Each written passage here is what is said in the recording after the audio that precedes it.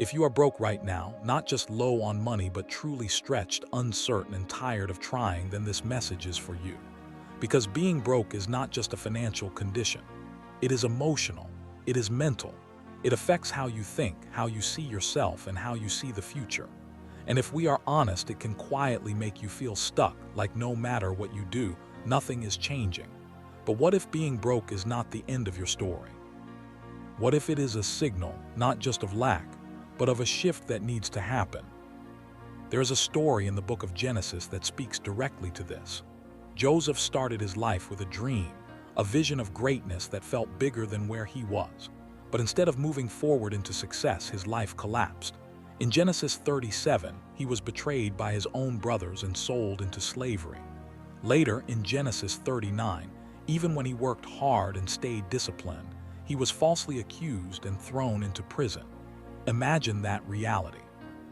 You are doing your best, yet your situation keeps getting worse. That feeling is familiar to many people today.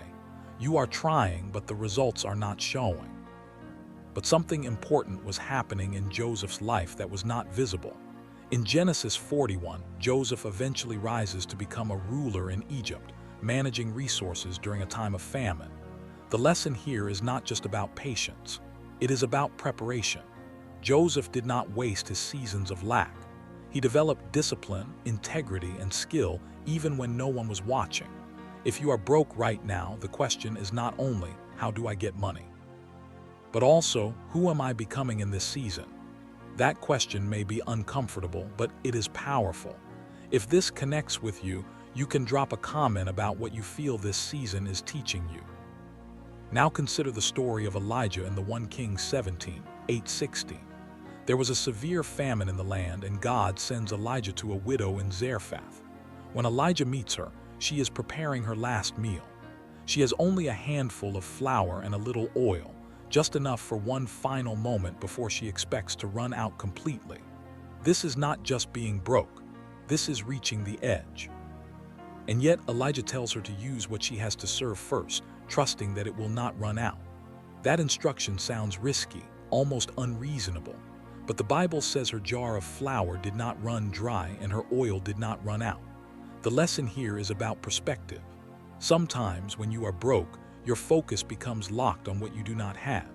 But God often works through what is already in your hands. It may not look like much, but it is enough to start. In your own life, what are you overlooking because it seems too small?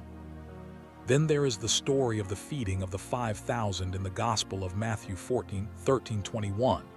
A large crowd gathers, and there is not enough food to feed everyone. The disciples see the lack and immediately think in terms of limitation. But Jesus asks a simple question. What do you have? They bring 5 loaves and 2 fish. It is clearly not enough by human calculation.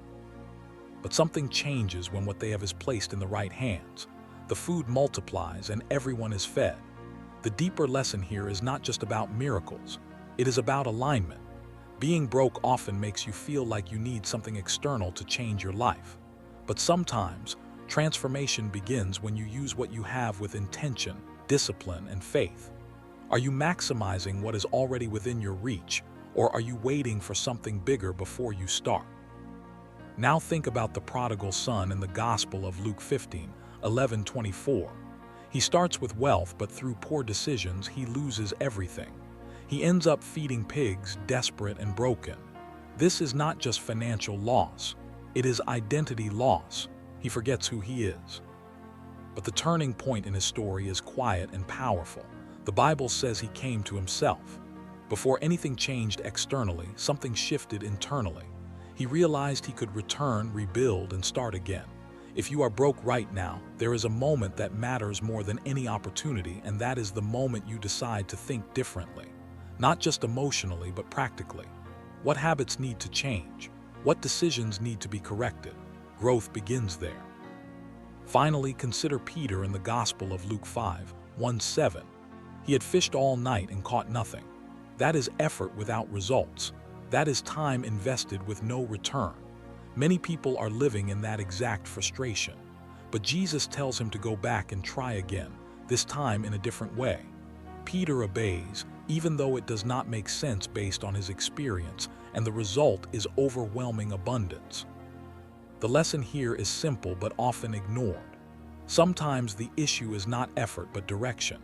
You can work hard and still remain stuck if your approach is not aligned.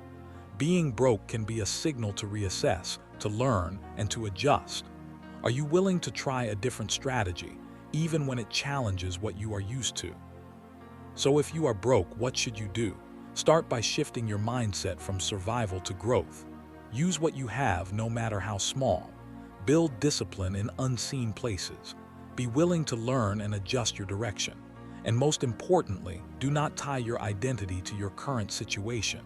Every story we have looked at shows the same pattern. Lack is often a chapter, not the conclusion. Take a moment to reflect on your own situation. What is one thing you can do differently starting today? Not something big or unrealistic, but something intentional. You can share it in the comments if you want, because sometimes saying it out loud makes it real. If this message spoke to you, share it with someone who might need encouragement right now. And stay with this journey. Watch the next video in this series because we will go deeper into how to move from where you are to where you are meant to be. You may be broke today, but that is not where your story ends.